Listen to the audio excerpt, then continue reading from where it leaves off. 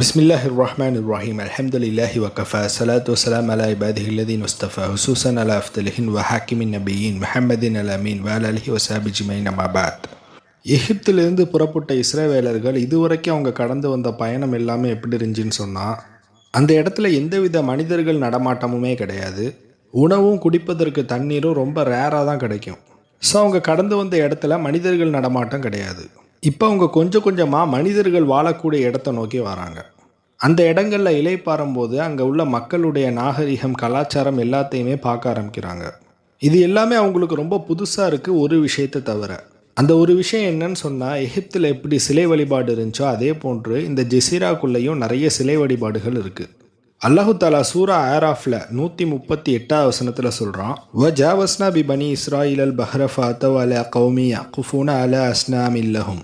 பனி இஸ்ராயல் சமுதாயத்து மக்கள் கடலை கடந்து வந்தபோது தன்னுடைய விக்கிரகங்களை ஆராதனை செய்து கொண்டிருந்த ஒரு கூட்டத்தினர் அருகே சென்றார்கள். அதாவது எகிப்தில் ஒரு சிலையை வணங்கிட்டு இருந்தாங்களா, அதே சிலை இந்த மக்களும் வணங்கிட்டு இருக்கிறத பார்க்குறாங்க. இது என்ன சிலைன்னு நம்ம ஆல்ரெடி சொல்லியிருந்தோம். அதாவது காளை கன்றுடைய உருவத்தில் இருக்கக்கூடிய பால் என்று அழைக்கப்படக்கூடிய சிலை. அப்போ உள்ள காலங்களில் எகிப்தா இருக்கட்டும், ஷாமா இருக்கட்டும், அங்கே இருக்கக்கூடிய ஒவ்வொரு குலத்தில் இருக்கக்கூடிய மக்களுமே இந்த பால் என்று அழைக்கப்படக்கூடிய சிலையை வணங்கி வந்தாங்க. அதாவது ஹாம் ஷாம் யாஃபிஸ் அவங்களுடைய தொடரில் நம்ம பார்க்கும்போது ஹாம் இனத்தவர்களில் ஒரு சில கூட்டமும், ஷாம் இனத்தவர்களில் ஒரு சில கூட்டமும், அதாவது இப்ராஹிம் அலைஹிஸ்ஸலாம் அவங்களுடைய ஜெனரேஷனை தவிர மற்ற கூட்டங்களில் உள்ளவங்க எல்லாருமே அந்த மிடில் ஈஸ்ட் பக்கம் தான் செட்டில் ஆகுறாங்க. இந்த பயணத்தின் தொடர்ச்சியில் தான் அல்லாஹு தாலா இந்த பனி இஸ்ரவேலர்களுக்கு டாஸ்க் கொடுக்குறான். இது என்ன டாஸ்க்கு, என்ன மிஷின்னு சொன்னால், இந்த ஜெசிரா முழுவதுமே இந்த இணை வைப்புன்னு ஒன்று இருக்கவே கூடாது. ஆன்மீக ரீதியாகவும் சரி, அரசியல் ரீதியாகவும் சரி, அல்லாஹு தாலாவுடைய கட்டளை மட்டும்தான் அங்கே நிறைவேற்றப்படணும். ஏன்னா அந்த நோக்கத்திற்காக தானே இப்ராஹிம் அலைஹிஸ்ஸலாம் படைக்கப்பட்டாங்க. இப்ராஹிம் நபியுடைய தீனை அந்த ஜெசிரா முழுவதும் பரப்பணும். அந்த இடத்துல நம்ரூத்துடைய தீனோ இல்லை செமிராமிஸுடைய தீனோ எதுவுமே இருக்கக்கூடாது. ஸோ இந்த வேலைக்கு தான் அல்லாஹு தாலா எகிப்திலிருந்து இந்த ஊருக்கு அல்லாஹு தாலா குடியமர்த்துறான். அப்படி குடியமர்த்தும் போது அங்கே இருக்கக்கூடிய ஒரு சில மக்கள் எப்பேற்பட்ட வார்த்தையை சொல்கிறாங்கன்னு சொன்னால், காலு யா மூஸா ஜஅல் லனா இலஹன் கமா லஹும் ஆலிஹா. மூசாவே, அவர்களிடம் இருக்கும் கடவுளை போல எங்களுக்கு ஒரு கடவுளை உருவாக்கித்தான்னு அந்த கூட்டத்தில் இருக்கக்கூடிய ஒரு குலம் கேட்குறாங்க.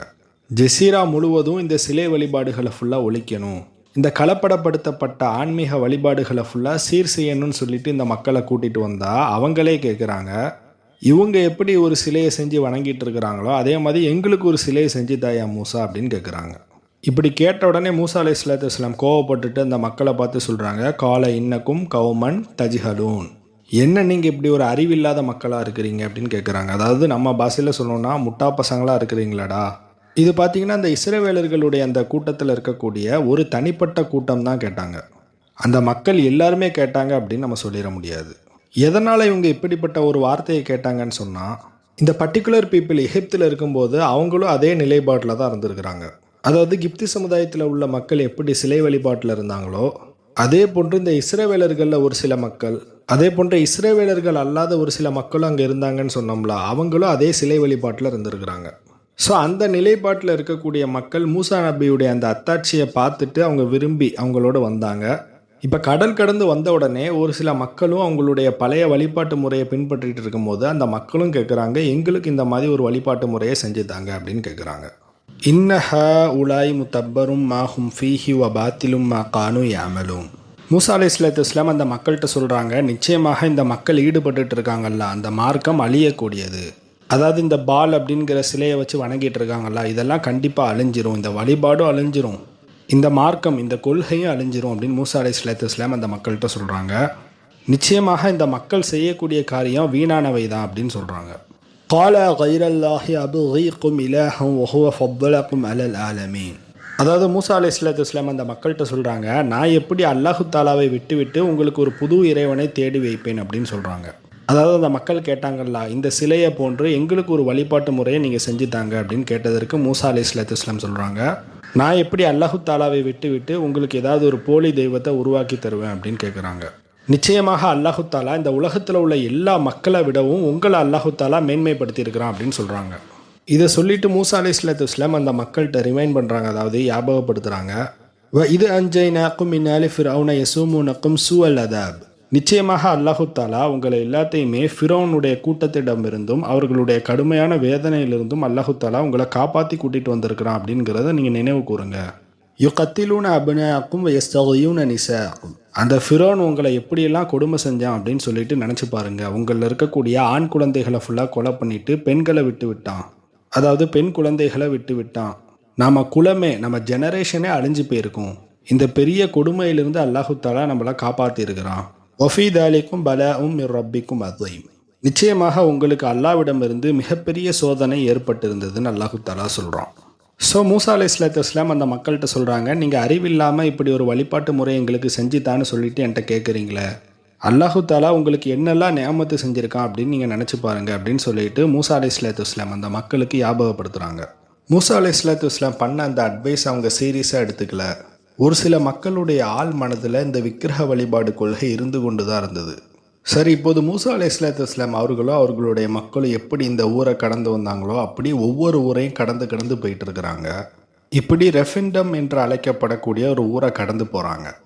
அவர்களுடைய பயண முறை எப்படி இருந்துச்சுன்னு சொன்னால், அந்த பயணத்தில் நல்லா உடல் ஆரோக்கியம் இருக்கிறவங்க முதல்ல நடந்து போவாங்க. ஒரு சில சிறுவர்கள், உடல் ஆரோக்கியம் இல்லாதவங்க, வயது முதிர்ச்சி அடைஞ்சவங்க, வேற நோயாளிகள், இப்படி யாரெல்லாம் நடப்பதற்கு ரொம்ப கஷ்டப்படுவாங்களோ அவங்கெல்லாம் கடைசி நடந்து வருவாங்க.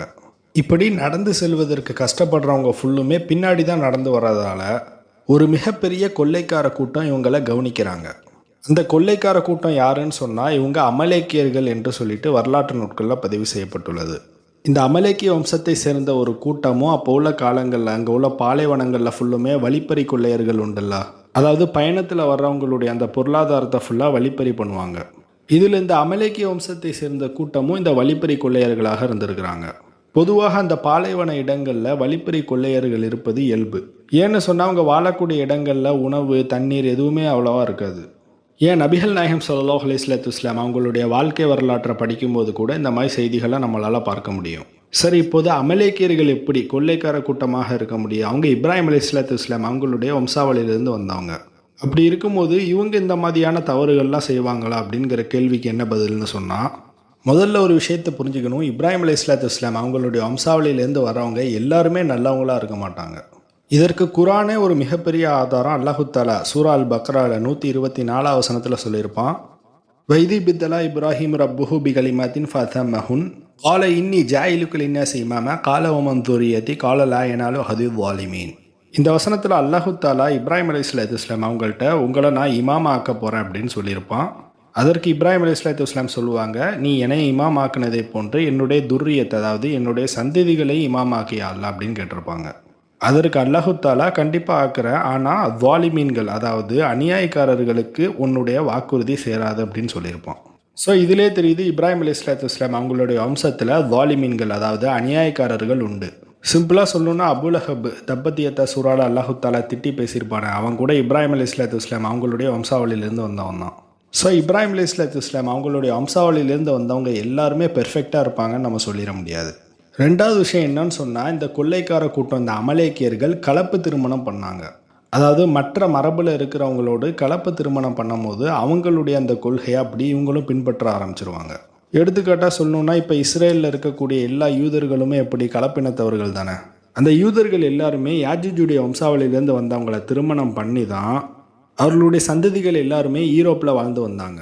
பால்ஃபோர் டிக்ளரேஷன் முடிந்த பிறகு இந்த யூதர்கள் அதாவது இந்த கலப்பினத்து யூதர்கள் எல்லாருமே ஃபலஸ்தீனில் அதாவது இப்போ இருக்கக்கூடிய இஸ்ரேலில் மைக்ரேட் ஆகிறாங்க. ஸோ இந்த யூதர்கள் எல்லாருமே ஃபலஸ்தீன் மக்களை எப்படி இனப்படுகொலை செய்கிறாங்க? அவங்களும் இப்ராஹிம் அலைஹிஸ்ஸலாம் அவங்களுடைய வம்சாவளியிலிருந்து வந்தவங்க தான். ஸோ இந்த காட்டு மிராண்டித்தனம் எல்லாமே எப்படி வந்ததுன்னு சொன்னால் அவங்களுடைய கலப்பு திருமணம் மூலமாக தான். அதாவது வெள்ளைக்காரங்கள்ட்ட இருக்கக்கூடிய அந்த காட்டு மிராண்டித்தனம். இந்த ஆங்கிலோ சாக்சியன்ஸு வைக்கின்ஸு அவங்களுடைய வரலாறுலாம் எடுத்து படித்து பாருங்கள். அவங்களாம் ரொம்ப கொடூரமாக இருப்பாங்க. கொலை செய்வது, கற்பழிப்பது, இது எல்லாமே அவங்களுக்கு ரொம்ப சர்வசாதாரணமான விஷயம். ஸோ இந்த யூதர்கள்ட்ட ஏன் இவ்வளோ காட்டு மிராண்டித்தனம் இருக்குதுன்னு சொன்னால் இந்த இன்டர்ரேஷியல் மேரேஜ், இன்டர்ரேஷியல் மெர்ஜி இதனால தான். அதே போன்று தான் அப்போ வாழ்ந்த அமலேக்கியர்கள் எல்லாருமே வேறு வேறு இனத்திலிருந்து அவங்க திருமணம் முடித்தாங்க. இப்போ மற்ற இனத்தில் உள்ளவங்க அதே பாலைவனத்தில் கொள்ளைக்கார கூட்டமாக இருக்கிறதுனால அவங்களோட போய் அப்படி மெர்ஜ் ஆயிடுவாங்க. அதே விஷயத்தை அவங்களும் பின்பற்ற ஆரம்பிச்சிருவாங்க. அப்படி காலம் செல்ல செல்ல அவங்களுடைய சந்ததிகள் எல்லாருமே அவங்களுடைய பாரம்பரிய நாகரிக முறை எல்லாத்தையுமே மறந்து அப்படி அவங்களோட வாழ ஆரம்பிச்சிருவாங்க. இதனால தான் ஒரு பெண்ணையோ இல்லை ஒரு பையனையோ திருமணம் முடிக்கிறதுக்கு முன்னாடி அவன் எப்பேற்பட்ட குடும்பத்திலேருந்து வந்திருக்கிறான், அவனுடைய கொள்கை என்ன, அவன் நல்லவனா கெட்டவனா அப்படிங்கிறத நம்ம பார்த்து திருமணம் முடித்து கொடுக்கணும். எதனாலன்னு சொன்னால் அந்த திருமணத்தின் மூலமாக அடுத்து ஒரு மிகப்பெரிய சமுதாயமே உருவாக போகுது. அந்த 2 பேர்த்தில் ஒருத்தனுடைய கொள்கை தப்பாக இருந்தால் கூட அடுத்து அவங்களுடைய ஜெனரேஷனையே பாதிக்கும். இதற்கு சிறந்த எடுத்துக்காட்டாக சொல்வதாக இருந்தால் நான் ஷீத் அலைஹிஸ்ஸலாத்து வஸ்ஸலாம் அவங்களுடைய வரலாற்றை பற்றி நான் பேசியிருப்பேன்.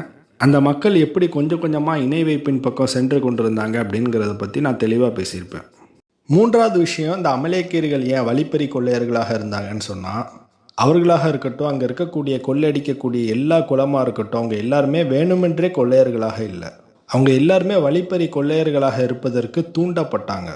இதற்கு ஒரு சிறந்த எடுத்துக்காட்டாக சொல்வதாக இருந்தால், இப்போ சோமாலியா இருக்குல்ல, அந்த சோமாலியாவில் வாழக்கூடிய ஒரு சில மக்கள் எல்லாருமே பைரேட்ஸ், அதாவது கடல் கொள்ளையர்களாக மாறினதற்கு என்ன காரணம்? ஃபஸ்ட்டு விஷயம், அந்த ஊரில் இருக்கக்கூடிய எல்லா கனிவளங்களையுமே கொள்ளையடிச்சாங்க. அதாவது சர்வாதிகார கும்பல், அதாவது கார்ப்பரேட் எல்லாருமே வந்து மைனிங் அப்படிங்கிற பேரில் அந்த ஊரில் இருக்கக்கூடிய எல்லா தங்கம், வெள்ளி, வைடூரி எல்லாத்தையுமே எடுத்துட்டாங்க. 2வது விஷயம், மின்சாரம் அதிகமாக உற்பத்தி பண்ணுறதுக்கு அதிகமான ரோல் ப்ளே பண்ணுறது என்னன்னு சொன்னால் ரேடியோ ஆக்டிவ் மெட்டல்ஸ். இந்த ரேடியோ ஆக்டிவ் மெட்டலை ஹீட் பண்ணுறது மூலமாக தான் அதிகமான எலக்ட்ரிசிட்டியை ப்ரொடியூஸ் பண்ணுறாங்க. இப்போ ஃபுல்லாக எரிஞ்சு முடித்த உடனே அதில் வரக்கூடிய வேஸ்ட் இருக்குல்ல, அதாவது ரேடியோ ஆக்டிவ் வேஸ்ட், இந்த வேஸ்ட்டை ஃபுல்லாக லீக்கே ஆகாத ஒரு கண்டெய்னரில் ஃபுல்லாக கம்ப்ளீட்டாக க்ளோஸ் பண்ணி மக்கள் நடமாட்டம் இல்லாத இடத்துல பரி பண்ணுவாங்க, இல்லாட்டி கடலில் போய் கொட்டிடுவாங்க. ஏன்னு சொன்னால், ஒருவேளை அந்த வேஸ்ட் லீக் ஆகிட்டுன்னு சொன்னோன்னா அந்த டாக்ஸிக் சப்ஸ்டன்ஸ் மூலமாக அதிகமான உயிரிழப்புகள் ஏற்படும். இப்போ இந்த வெள்ளைக்காரனுங்க என்ன பண்ணானுங்கன்னா, ஃபுல்லாக சோமாலியாவில் இருக்கக்கூடிய அந்த கடலில் தான் போய் இந்த வேஸ்ட்டை ஃபுல்லாக கொட்டுனாங்க. அது மட்டும் இல்லாமல் இந்த வேஸ்ட்டை ஃபுல்லாக நாங்கள் கண்டெய்னரில் வச்சு தான் கொட்டுறோம், கண்டிப்பாக லீக் ஆகாதுன்னு சொன்னானுங்க. ஆனால் அவங்க கடலில் கொட்டின அந்த கண்டெய்னர் ஃபுல்லுமே லீக் ஆகி டோட்டல் அந்த மெரைன் எக்கோசிஸ்டமே பாதிப்படைஞ்சது. அந்த சோமாலியாவில் இருக்கக்கூடிய மக்களுடைய மெயினான உணவே மீன்கள் தான். இப்போ அந்த வேஸ்ட்டு ஃபுல்லாக லீக் ஆனதுனால அந்த கடலில் இருக்கக்கூடிய எல்லா மீன்களும் செத்து போச்சு. இதனால் அந்த மக்கள் எல்லாருமே உணவு இல்லாமல் கஷ்டப்பட்டாங்க. கடலில் மீன்கள் வாழ்கிறதுக்கு மெயினான ரோல் ப்ளே பண்ணுறது என்னன்னு சொன்னால், கீழே இருக்கக்கூடிய பவளப்பாறைகள்னு சொல்லுவாங்க, அதாவது கோரல் ரீஃப் அப்படின்னு சொல்லுவாங்க. இந்த ரேடியோ ஆக்டிவ் வேஸ்ட் மூலமாக முதல்ல பாதிப்படையக்கூடியது இந்த கோரல் ரீஃப் தான். ஒருவேளை மற்ற மீன்கள் அங்கே இருக்கக்கூடிய அந்த ரேடியோ ஆக்டிவ் வேஸ்ட்டை சாப்பிட்டதாலோ அந்த மீன்களை ஏதாவது ஒரு மனிதர்கள் சாப்பிட்டா அந்த மனிதர்களுக்கு நோய் வரும். அதாவது அந்த மனிதனுடைய டிஎன்ஏவை போய் பாதிக்கும், அவனுடைய சந்ததிகள் எல்லாருக்குமே கேன்சர் வரும். இப்போ அந்த மக்கள் உணவு இல்லாதனால என்ன பண்ணாங்க, அந்த மக்கள் எல்லாருமே கடல் கொள்ளையர்களாக, அதாவது பைரேட்ஸாக மாறினாங்க. சூயஸ் கேனலுக்கு வரக்கூடிய பெரிய பெரிய சரக்கு கப்பல்கள் எல்லாமே சோமாலியாவை தாண்டி தான் வந்தாகணும். ஒரு சில மக்கள் எல்லாருமே அந்த கப்பலை போய் கொள்ளையடிச்சாங்க. அதற்கப்புறம் அமெரிக்கா என்னெல்லாம் உள்ளே போய் பண்ணாங்க அப்படிங்கிறது உங்களுக்கே தெரியும். ஸோ சோமாலியன் மக்கள் பைரேட்ஸாக மாறுவதற்கு தூண்டப்பட்டாங்க அப்படின்னு தான் சொல்லலாம். ஒரு மனிதனுக்கு தேவையான அளவு உணவும் சாப்பாடும் கிடைக்கலன்னு சொன்னால் அவன் திருட தான் போவான், வேறு என்ன பண்ண முடியும்? இதுவே மூசா அலைஹிஸ்ஸலாத்து வஸ்ஸலாம் அவங்க காலத்தில் வாழ்ந்த அமலேக்கியர்களை எடுத்துக்கிட்டோன்னு சொன்னால், அவங்க வாழ்ந்த பூமியிலையும் தேவையான அளவு உணவு சாப்பாடு எதுவுமே கிடைக்காது. இப்போது பக்கத்து ஊர்களாக இருக்கக்கூடிய செழிப்பான நாடுகள், எடுத்துக்காட்டாக சொல்லணும்னா ஷாமு, சிரியா, பலஸ்தீன், அந்த ஊரில் இருக்கக்கூடிய மக்கள் யாருமே இவங்களுக்கு உதவி செய்ய மாட்டாங்க. ஏன்னா அப்போ உள்ள காலங்களில் எல்லாருமே யூதர் அல்லாத மக்கள் தானே ஆட்சி செஞ்சுட்டு இருந்தாங்க. அல்லாஹு தாலாவிற்கு பிடிக்காத காரியம் என்னன்னு சொன்னால், பக்கத்து வீட்டுக்காரன் கஷ்டத்தில் இருக்கிறான், அப்படி இருக்கும்போது இங்கே நான் சொத்து சேர்த்துக்கிட்டு இருந்தோன்னு சொன்னால் அல்லாஹு தாலாவுக்கு சுத்தமாக பிடிக்காது. ஸோ இந்த ஷாம், சிரியா, பலஸ்தீனில் வாழ்ந்த மக்கள் எல்லாருமே தன்னுடைய பொருளாதாரத்தை உயர்த்துவதற்கான வேலையை தான் செஞ்சிட்டு இருந்தாங்களே ஒழிய, பக்கத்து நாடுகளில் இருக்கக்கூடிய மக்களுடைய நிலை என்ன அப்படிங்கிறத அவங்க யோசிக்கலை. இதற்கு நம்ம நபிகள் நாயகம் ஸல்லல்லாஹு அலைஹி வஸல்லம் அவங்களுடைய வரலாற்றையே ஒரு சிறந்த எடுத்துக்காட்டாக நான் உங்கள்கிட்ட சொல்கிறேன், கொஞ்சம் கவனமாக கேளுங்க. இந்த ஹதீது புகாரில் 3612வது செய்தியாக பதிவு செய்யப்பட்டுள்ளது. நபிகள் நாயகம் ஸல்லல்லாஹு அலைஹி வஸல்லம் அவர்களும் சஹாபாக்களும் ஆரம்ப காலகட்டத்தில் மக்கால வாழ்ந்து கொண்டு இருக்கும்போது கப்பாப் பின் அரத் ரலியல்லாஹு அன்ஹு அவங்க வந்து நபிகள் நாயகம் ஸல்லல்லாஹு அலைஹி வஸல்லம் அவங்கள வந்து சந்திக்கிறாங்க. அவர்களை சந்தித்து முறையிடுறாங்க, யா ரசூலல்லாஹ், குறைஷிகளுடைய கொடுமை தாங்க முடியவில்லை அப்படி சொல்லிட்டு தன்னுடைய பின்புறத்தில் இருக்கக்கூடிய காயங்களை ஃபுல்லாக காட்டுறாங்க. காட்டினவுடனே ரசூலுல்லாஹி ஸல்லல்லாஹு அலைஹி வஸல்லம் அவங்கள்ட்ட சொல்கிறாங்க, கப்பாபே நீங்கள் கவலைப்படாதீங்க, நிச்சயமாக இந்த இஸ்லாம் மேலோங்கும். இந்த இஸ்லாம் மேலோங்கிய பிறகு சன்னாவில் இருந்து ஹதரல் மௌத் வரைக்குமே ஒரு பயணி தன்னந்தனியாக நடந்து வருவாங்க. வேட்டையாடுகின்ற ஓநாயை தவிர மற்ற யாருமே அந்த பயணிக்கு தீங்கிழைக்க மாட்டாங்கன்னு சொல்கிறாங்க. அதாவது பயணம் செய்து வரக்கூடிய அந்த பயணியை எந்தவித வழிப்பறி கொள்ளையர்களும் கொள்ளையடிக்க மாட்டாங்க நபிகள் நாயகம் ஸல்லல்லாஹு அலைஹி வஸல்லம் சொல்கிறாங்க. அதாவது நபிகள் நாயகம் ஸல்லல்லாஹு அலைஹி வஸல்லம் வருவதற்கு முன்பு வரைக்குமே பாலைவனத்தில் ஃபுல்லுமே வழிப்பறி கொள்ளையர்கள் அதிகமாகவே உண்டு. ஆனால் நபிகள் நாயகம் ஸல்லல்லாஹு அலைஹி வஸல்லம் வந்த பிறகு, இஸ்லாம் மேலோங்கிய பிறகு அந்த ஜெசீரா முழுவதுமே ஒரு கொள்ளைக்கார கூட்டம் கூட கிடையாது. குறிப்பாக உமர் ரலியல்லாஹு அன்ஹு அவங்க காலகட்டத்தில். இது எப்படி பாசிபிள் ஆக முடியும்? அவங்க என்ன செக்யூரிட்டியை டைட் பண்ணாங்களா? அப்படி இல்லாட்டி செக்யூரிட்டியை நல்லா டைட் பண்ணால் குற்றம் தான் குறைஞ்சிருமா? அப்படி நடப்பதற்கு வாய்ப்பே கிடையாது. அப்படி பார்த்தா நம்ம ஊரில் ஒவ்வொரு ஏரியாவுக்கும் ஒவ்வொரு போலீஸ் ஸ்டேஷன் இருக்குது. நம்ம ஊரில் குற்றம்லாம் குறைஞ்சிருச்சா? அப்போ எப்படி நபிகள் நாயகம் ஸல்லல்லாஹு அலைஹி வஸல்லம் உறுதியாக சொன்னாங்க, சன்னாவில் இருந்து ஹதரல் மௌத் வரைக்கும் ஒரு பெண் தனியாக நடந்து வருவாங்க, வேட்டையாடுகின்ற ஓநாயை தவிர மற்ற யாருமே அந்த பெண்ணுக்கு தீங்கிழைக்க மாட்டாங்க, அதாவது கொள்ளையடிக்க மாட்டாங்கன்னு எப்படி உறுதியாக சொன்னாங்க, அதை நடத்தியும் காட்டினாங்க. அவங்க எப்படி அதை இம்ப்ளிமெண்ட் பண்ணாங்கன்னு சொன்னால் அவங்க அதிகாரத்தை கையில் எடுத்தாங்க. அப்போ உள்ள காலங்களில் மிகப்பெரிய வல்லரசு நாடாக இருந்தது கிஸ்ரா, ரோமாபுரி, அபிசீனியா. இது மட்டும் இல்லை, இன்னும் நிறைய நாடுகள் இருந்தது. இந்த எல்லா செழிப்பான நாடுகளுக்குமே நபிகள் நாயகம் ஸல்லல்லாஹு அலைஹி வஸல்லம் கடிதம் எழுதுவாங்க. அந்த கடிதத்தில் என்ன இருக்குன்னு சொன்னால், ஒன்று நீங்கள் இஸ்லாத்தை ஏற்றுக்கிடுங்க, அப்படி இல்லாட்டி நீங்கள் கப்பம் கட்டணும், அதாவது ஜிஸியா கட்டணும். இது ரெண்டும் முடியாதுன்னு சொன்னா நீங்கள் என் கூட போர் செஞ்சாகணும் அப்படின்னு சொல்லுவாங்க. இப்போ ஒரு நாடு கப்பம் கட்டுவதற்கு ஒத்துக்கிட்டாங்க, அப்படி இல்லாட்டி வேற ஏதாவது ஒரு நாடு போர் செஞ்சு தோற்று போய் அதற்கப்புறம் கப்பம் கட்டுறாங்கன்னு வச்சுக்கிடுவோம். இப்போ இந்த பொருளாதாரத்தை எல்லாத்தையுமே என்ன பண்ணுவாங்கன்னா சுற்றி இருக்கக்கூடிய ஏழை நாடுகளுக்கு டிஸ்ட்ரிபியூட் பண்ணுவாங்க. எடுத்துக்காட்டாக சொல்லணும்னா, எந்த ஊரில் விவசாயம் இல்லை, எந்த ஊரில் தண்ணி இல்லையா, அந்த ஊருக்கு இதை டிஸ்ட்ரிபியூட் பண்ணுவாங்க. இப்போ எல்லா ஊர்லேயும் பொருளாதாரம் சமமாக இருக்கும். இப்போ அந்த ஊரில் இருக்கக்கூடிய ஒரு மனிதனுக்கு தேவையான சாப்பாடு, உணவு எல்லாமே கரெக்டாக கிடைக்கும். இப்போ அவனுக்கு கொள்ளையடிக்க வேண்டிய எந்தவித தேவையுமே கிடையாது. இதன் அடிப்படையில் தான் நபிகள் நாயகம் ஸல்லல்லாஹு அலைஹி வஸல்லம் சொல்கிறாங்க, சன்னாவிலிருந்து ஹதரல் மௌத் வரைக்குமே ஒரு பயணி தன்னந்தனியாக நடந்து வருவாங்க, வேட்டையாடுகின்ற ஓநாயை தவிர அந்த பயணிக்கு எந்தவித தீங்கும் யாரும் இழைக்க மாட்டாங்கன்னு சொன்னாங்க. அல்லாஹ் தஆலா 59வது அத்தியாயம் 7வது வசனத்தில் சொல்கிறான், நிச்சயமாக இந்த பொருளாதாரம் செல்வந்தர்களுக்கு இடையே மட்டுமே சுற்றி கொண்டு இருக்கக்கூடாது. அப்படி இல்லாமல் ஒரே இடத்துல பொருளாதாரம் சுற்றி கொண்டே இருந்தால், சரவுண்ட் ஆகிட்டே இருந்துச்சுன்னு சொன்னால், நிச்சயமாக வேறு வேறு இடங்களில் குழப்பங்கள் உண்டாகும். ஸோ இந்த குழப்பங்கள் எல்லாமே போகணும்னு சொன்னால் இஸ்லாம் மேலோங்கி ஆகணும்.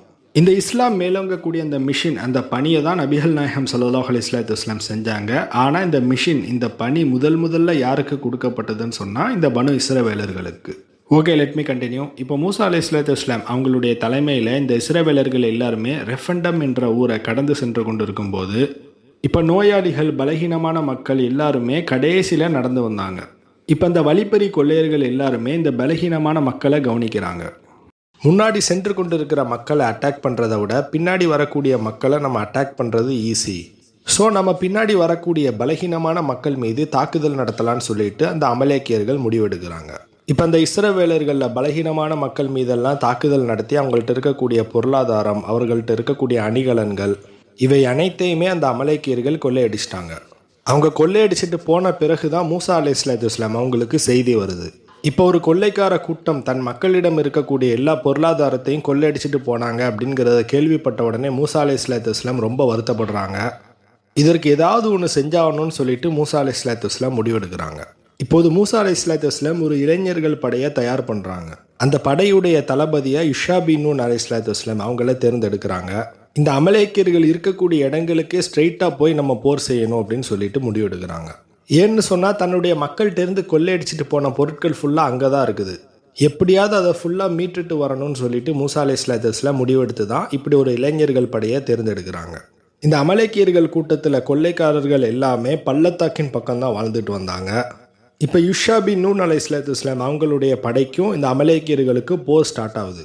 இப்போ மூசா அலைஹிஸ்ஸலாம் ஒரு மலையின் மீது ஏறி நின்று 2 பேருக்கு எப்படி போர் நடக்குது அப்படிங்கிறத கவனிக்கிறாங்க. ஆரம்பத்தில் இஸ்ரவேலர்களால் அமலேக்கியர்களை சமாளிக்க முடியலை. முதல்ல தோல்வியுடைய நெருக்கத்தில் இஸ்ரவேலர்கள் தான் இருந்தாங்க. இந்த நிலை ஆயிற்றேன்னு மூசா அலைஹிஸ்ஸலாம் அல்லாஹ் தஆலாட்ட பிரார்த்தனை செய்த போது அல்லாஹ் தஆலா மூசா அலைஹிஸ்ஸலாம் அவர்களுக்கு கட்டளையிட்டான், மூசாவே உன்னுடைய 2 கைகளையுமே வானத்தின் மீது உயர்த்தி வைப்பீராக அப்படின்னு கட்டளையிடுறான். இப்போ மூசா அலைஹிஸ்ஸலாம் அல்லாஹ் தஆலாவுடைய கட்டளையின்படி தன்னுடைய 2 கரங்களையுமே வானத்தின் மீது உயர்த்தி வைக்கிறாங்க. அவங்க அந்த 2 கரங்களையுமே வானத்தின் மீது உயர்த்தி வைக்கும் போதெல்லாம் இஸ்ரவேலர்களுடைய டாமினேஷன் அதிகமாக இருந்தது. இப்போ ஒரு கட்டத்துக்கு மேலே அவங்களுடைய கை ரொம்ப வலி எடுத்த உடனே அவங்க கீழே இறக்குறாங்க. அப்போ அமலேக்கியர்களுடைய டாமினேஷன் அதிகமாகுது. இப்போ மூசா அலைஹிஸ்ஸலாம் ஒரு விஷயத்தை புரிஞ்சுக்கிறாங்க, தன்னுடைய 2 கரங்களையுமே வானத்தின் மீது உயர்த்தி வைத்தாதான் நம்மளால் ஜெயிக்க முடியும் அப்படிங்கிறத புரிஞ்சுக்கிறாங்க. ஆனால் கைகளை ரொம்ப நேரம் உயர்த்தி வைப்பது ரொம்ப கடினமான விஷயம்.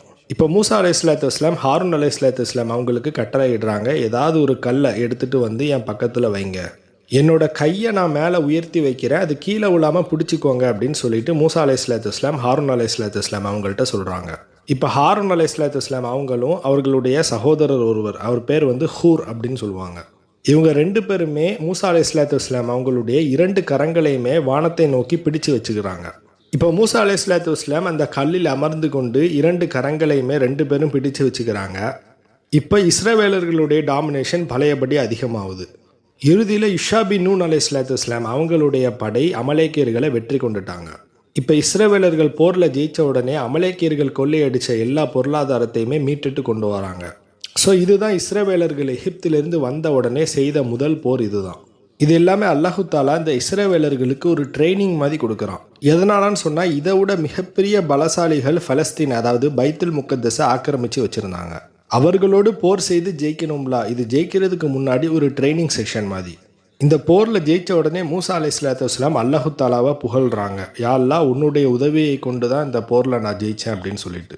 இப்போது மூசா அலைஹிஸ்ஸலாத்து வஸ்ஸலாம் அவர்களுடைய படை இந்த போரில் வெற்றி கொண்ட பிறகு இந்த செய்தி சுற்றுப்புறங்களில் இருக்கக்கூடிய எல்லா கிராமங்கள்லையுமே இது காட்டுத்தீ மாதிரி பரவுது. அதாவது அந்த மிகப்பெரிய படையுடைய தலைவராக மூசா அலைஹிஸ்ஸலாத்து வஸ்ஸலாம் இருந்தாங்க. அவங்க எகிப்திலிருந்து ஃபிரௌனுடைய ஆட்சியை முறியடித்துட்டு வந்தாங்க அப்படிங்கிற செய்தி முழுவதுமாக பரவுது.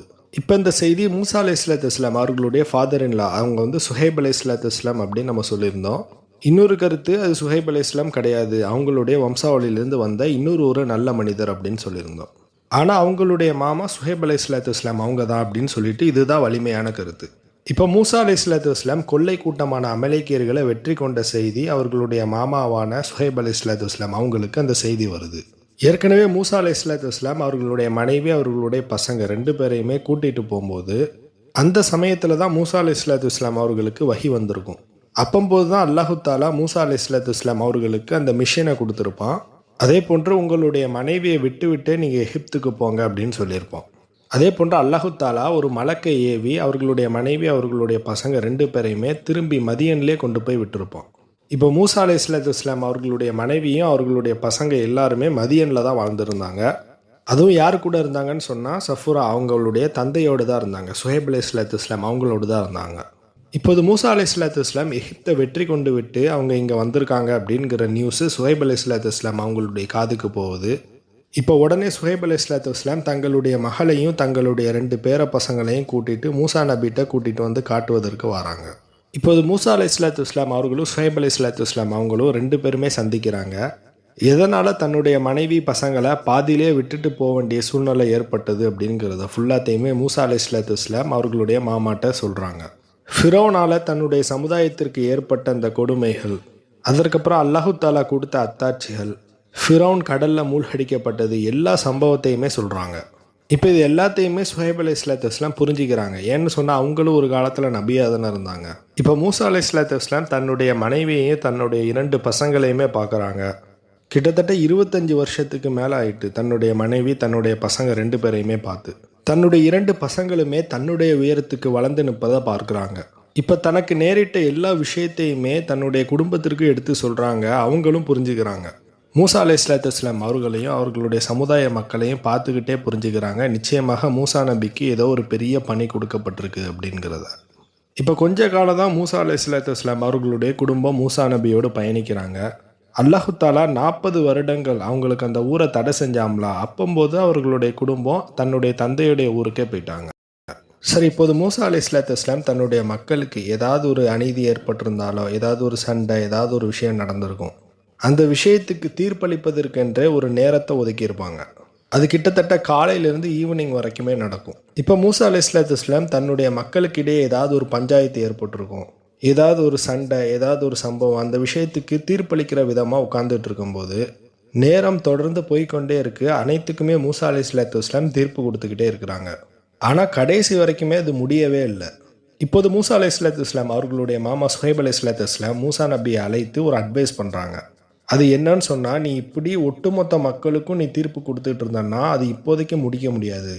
நீ ஃபஸ்ட்டு என்ன பண்ணுறன்னு சொன்னால், உன்னுடைய மக்கள் இருக்காங்கள்ல, உங்களுடைய ஜனங்கள் எல்லாத்தையுமே பாதி பாதியாக டிவைட் பண்ணு. அதாவது எடுத்துக்காட்டாக சொல்லணுன்னா, மொத்தம் 15 லட்சம் பேர் இருக்கிறாங்கன்னு சொன்னால் அவங்கள 1000 பேரா இல்லாட்டி 10,000 பேரா அப்படி தனித்தனியாக டிவைட் பண்ணு. அப்படி டிவைட் பண்ணி ஒவ்வொரு கூட்டத்துக்கும் ஒவ்வொரு நல்லடியார் கண்டிப்பாக இருப்பாங்க. அதாவது அல்லாஹு தாலாவுக்கு பயந்து செயல்படக்கூடிய நல்லடியார். அந்த நல்லடியாருக்கு நீ இல்மை கற்றுக் கொடு.